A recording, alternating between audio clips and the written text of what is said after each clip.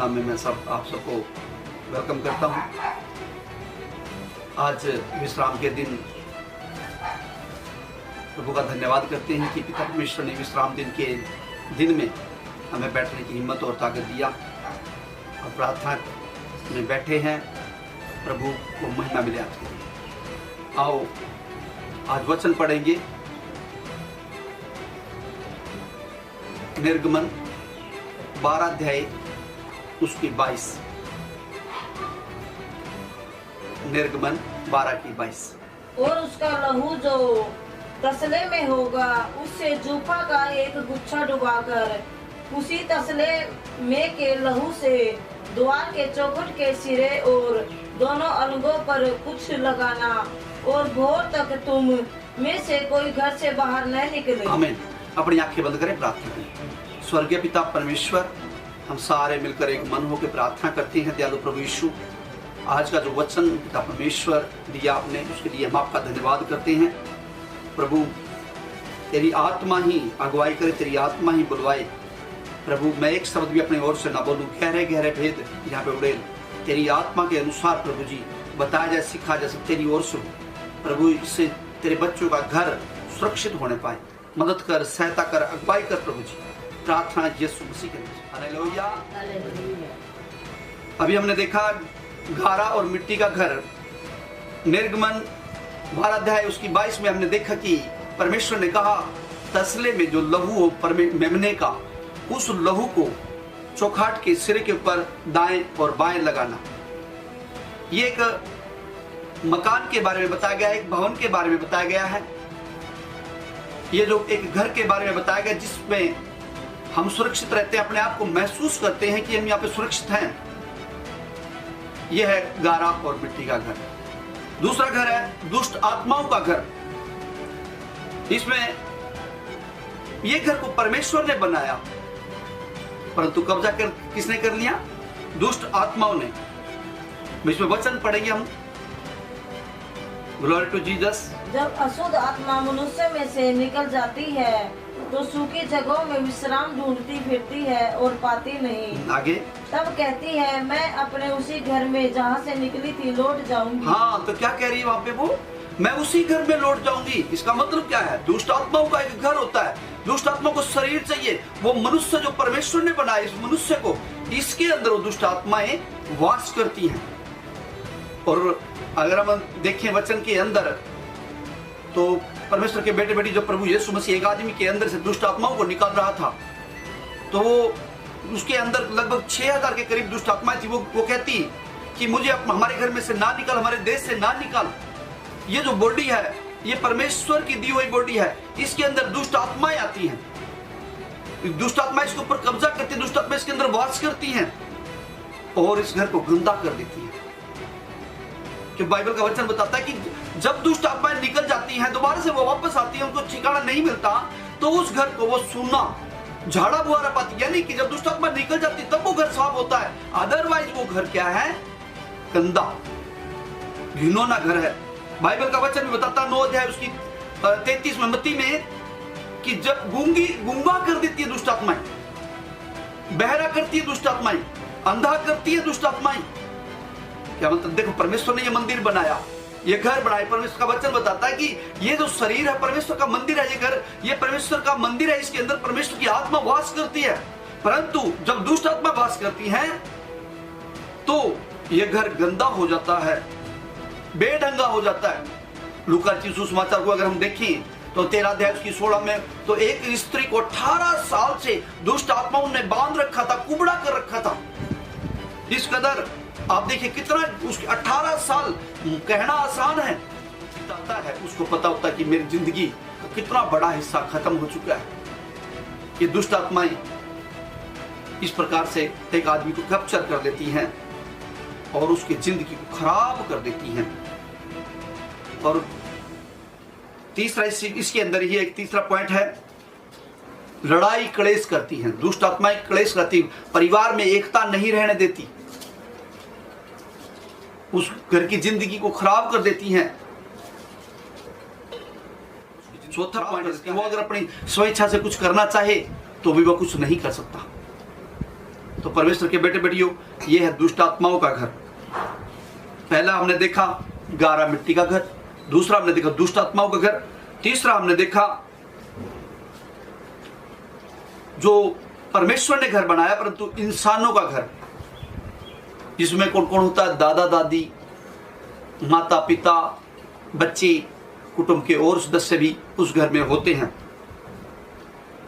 और हर एक का योगदान है इस घर को बनाए रखने में, हर एक का योगदान। किसी को भविष्यवाणी करने का वरदान, किसी को उपदेश देने का वरदान, किसी को दान देने का वरदान, किसी को सेवा करने का वरदान।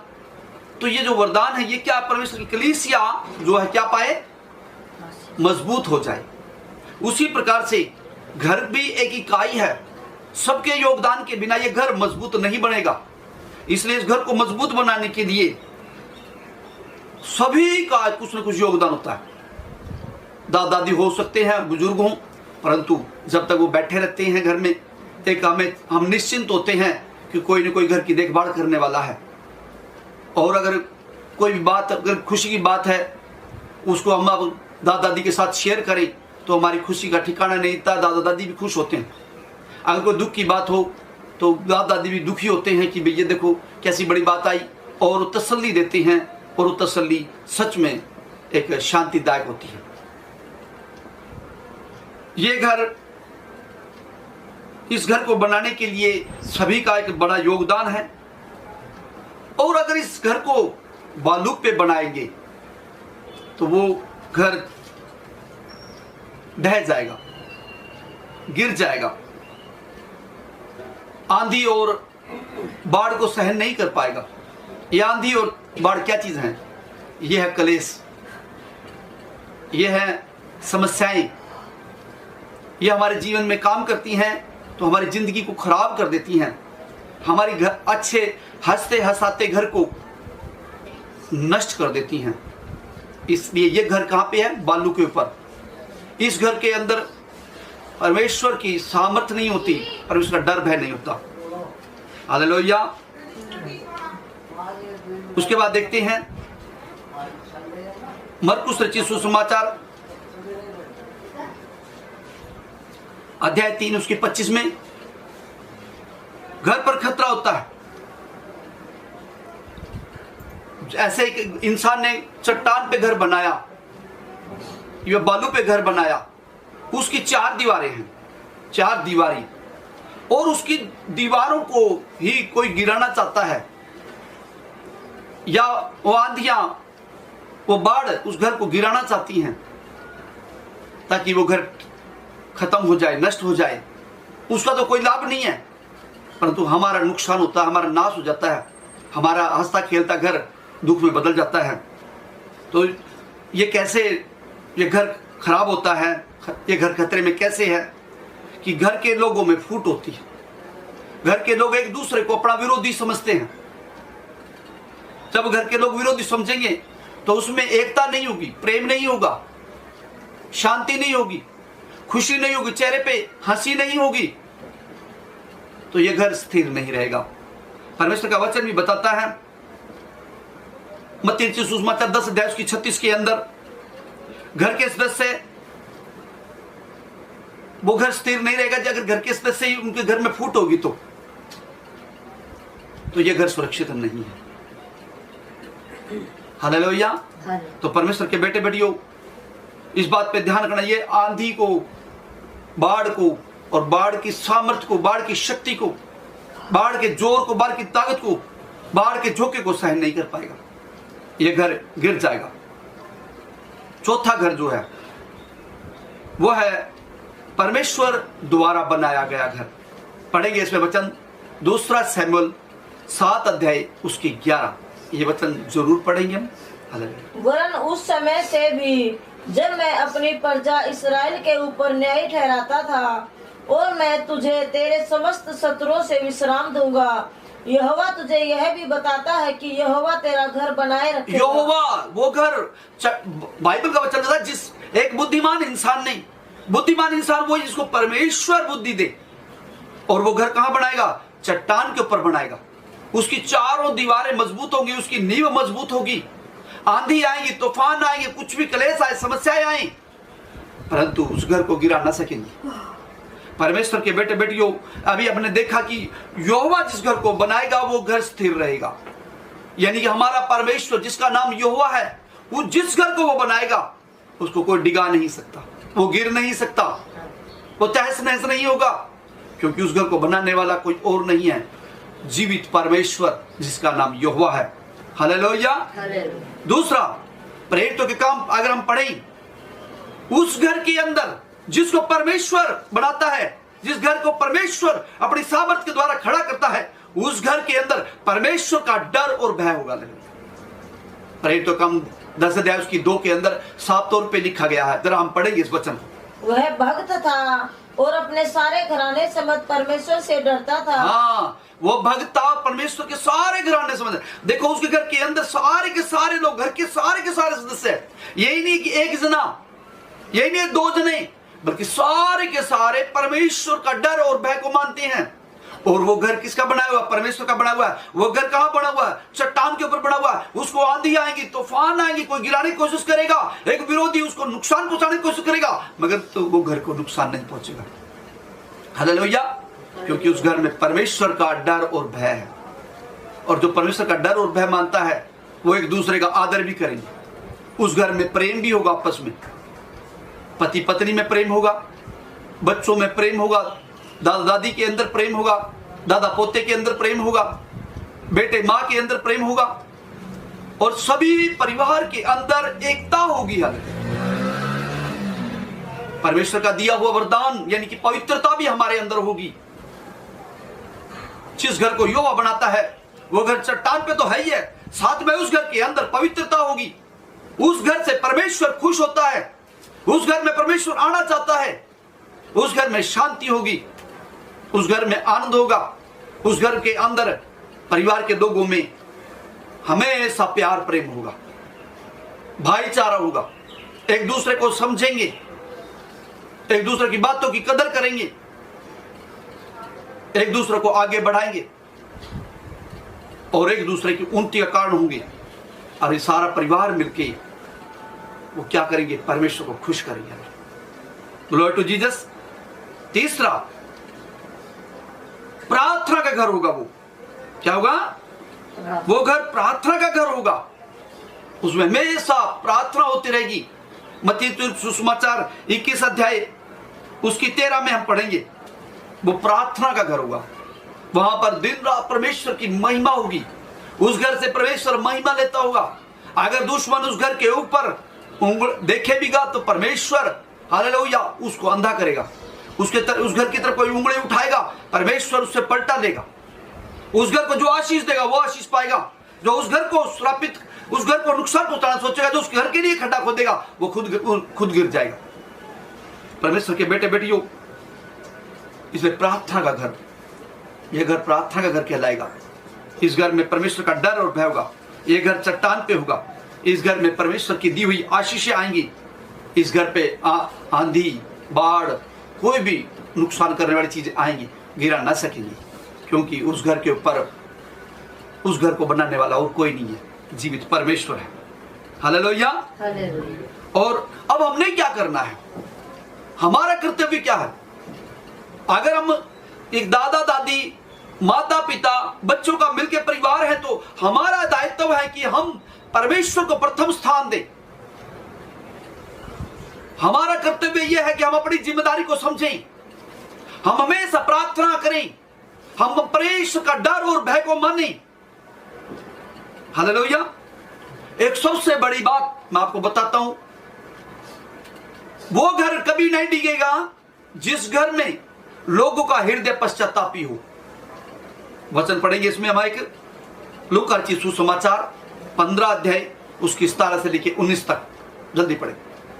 जिस घर के अंदर लोगों का हृदय पश्चातापी हो, अपने पाप को माने, अपने गुनाहों को माने, अपनी गलतियों को माने और पछताएं कि मैंने माता पिता के विरोध में पाप किया, मैंने दादी के विरोध में पाप किया, मैंने बच्चों के विरोध में पाप किया, तो वो घर क्या होगा? स्थिर हो जाएगा। अभी वचन पढ़ेंगे। जब अपने आपे में आया तब कहने लगा, मेरे पिता के कितने ही मजदूरों को भोजन से अधिक रोटी मिलती है। हाँ, क्या बोलता है? वो अपने आप में आया। सब सच बात है। जब पश्चातापी हृदय को, तो हम अपने आप में आएंगे कि सच में मैं, वो रियलाइज करेगा, वो पछताएगा कि मैंने गलती की, मैंने गुनाह किया है, और वो अपने परिवार से मिल करना सोचेगा, वो परमेश्वर से मिल करना सोचेगा कि मैंने हे पिता तेरे खिलाफ गलती कर दी, प्रभु मुझे माफ कर। हालेलुया। आगे, मैं यहाँ भूखा मर रहा हूँ, मैं अब उठकर अपने पिता के पास जाऊंगा। मैं उठकर पिता के पास जाऊंगा और उससे कहूंगा कि पिताजी, मैंने स्वर्ग के विरोध में और तेरी दृष्टि में पाप किया है। आमीन, हालेलुया। क्या हुआ? ये वो अपने आप में आया है और वो पछताया कि मैंने गलती कर दी, सच में गलती कर दी। और दूसरी बात इसके अंदर जो मेन पॉइंट है, पहला पश्चातापी हृदय होना चाहिए। अगर घर को बना के रखना है तो पश्चातापी हृदय हर एक इंसान का होना चाहिए। यही नहीं कि एक ही माफी मांगता रहे, दूसरा ना मांगे। दूसरा, क्षमा करने वाला हृदय हमारा होना चाहिए। मरकुस रचित सुसमाचार 11 अध्याय उसकी 25 और 26 में हम पढ़ेंगे। माफ करने वाला स्वभाव हमारा होना चाहिए, माफ करने वाला हृदय हमारा होना चाहिए। प्रभु यीशु मसीह 9 अध्याय उसकी 6 के अंदर, मत्ती के अंदर बताते हैं कि मनुष्य के पुत्र को पाप क्षमा करने का भी अधिकार है, क्योंकि हम प्रभु यीशु मसीह के संतान हैं। हमारा भी हृदय ऐसा ही होना चाहिए, हम भी दूसरे के अपराधों को क्षमा करने वाले हों।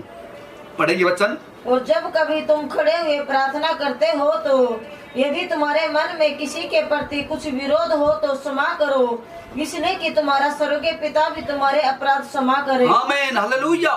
यहाँ पर परमेश्वर का वचन क्या बता रहा है? ये वचन हमसे बातचीत कर रहा है।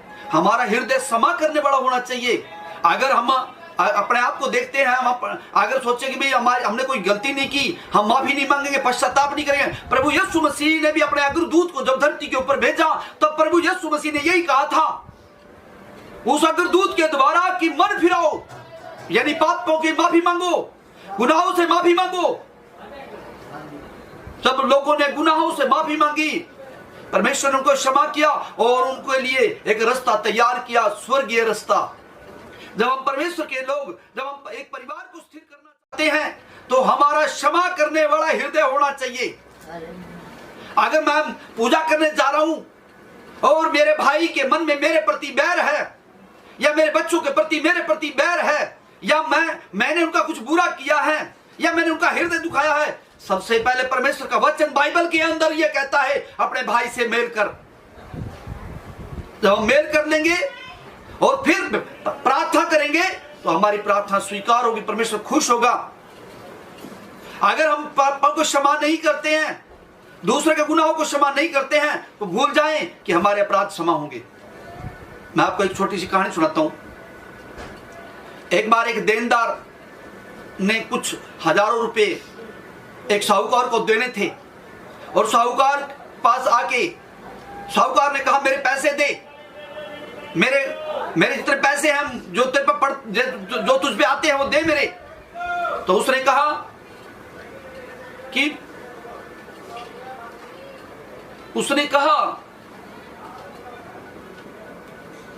हे स्वामी मुझे माफ कर, अभी मेरे पास नहीं है परंतु मैं भर दूंगा। उसने लगभग 1000 रुपए देने थे, तो उस स्वामी ने क्या किया, उसको माफ कर दिया, उसके गुनाहों को माफ कर दिया और वो चला गया। उसने भी किसी से पैसे लेने थे, जब उसने किसी से 500 रुपए लेने थे और उसको कहा कि मेरे पैसे दे, उसने कहा स्वामी धीरज धर, मैं तेरे पैसे तुझे भर दूंगा, परंतु उसने कहा नहीं अभी दे। उसने उसको मारा पीटा और जाके बंद कर दिया। परमेश्वर के बेटे बेटियों, फिर उस बड़े स्वामी को पता चला, उसने आके कहा मैंने तुझे क्षमा किया, क्या तेरा फर्ज नहीं बनता था कि इसको भी तू क्षमा करे? मैंने तेरे कर्ज को माफ किया, तो तेरा फर्ज नहीं बनता था इसको तू इसके कर्ज को माफ करे? और तब उसको पकड़ा और उसको अंधेरे में डाल दिया। वहां रोना और दांतों का पीसना था। अगर हम क्षमा करेंगे तभी हमारे अपराध क्षमा होंगे, नहीं तो हमारे भी अपराध क्षमा नहीं होंगे। प्रभु यीशु मसीह ने भी प्रार्थना में एक बात बोली है, हे हमारे पिता आप हमारे अपराधों को क्षमा, जिस प्रकार हमने अपने अपराधियों को क्षमा किया वैसे आप हमारे अपराधों को क्षमा करें। अगर हम दूसरों के अपराधों को क्षमा करते हैं तभी हमारे अपराध क्षमा होंगे